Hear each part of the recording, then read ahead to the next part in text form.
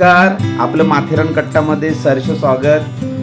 आपण माथेरानच्या गौरी मातेचं आगमन कशा प्रकारे होतं हे मी तुम्हाला दाखवण्याचा प्रयत्न करणार आहे, अगदी पारंपरिक पद्धतीने. म्हणजे जर पाण्याचा झरा असेल किंवा ओढा असेल त्या ठिकाणाहून गौरीची जी फुलं येतात, तिचं रोपटं असतं, ते घेऊन महिला मोठ्या आनंदात उत्साहात हा गौरी सण साजरा करत असताना गौर आणण्यासाठी त्यांची लगबग चाललेली असते. कशा पद्धतीने लगबग असते आणि गौरी मातेचं या ठिकाणी शृंगार कसा केला जातो हे संपूर्ण मी तुम्हाला या छोट्याशा व्हिडिओच्या माध्यमातून या ठिकाणी दाखवणार आहे. चला तर मग आपण जाऊया गौरी मातेचं आगमन पाहायला.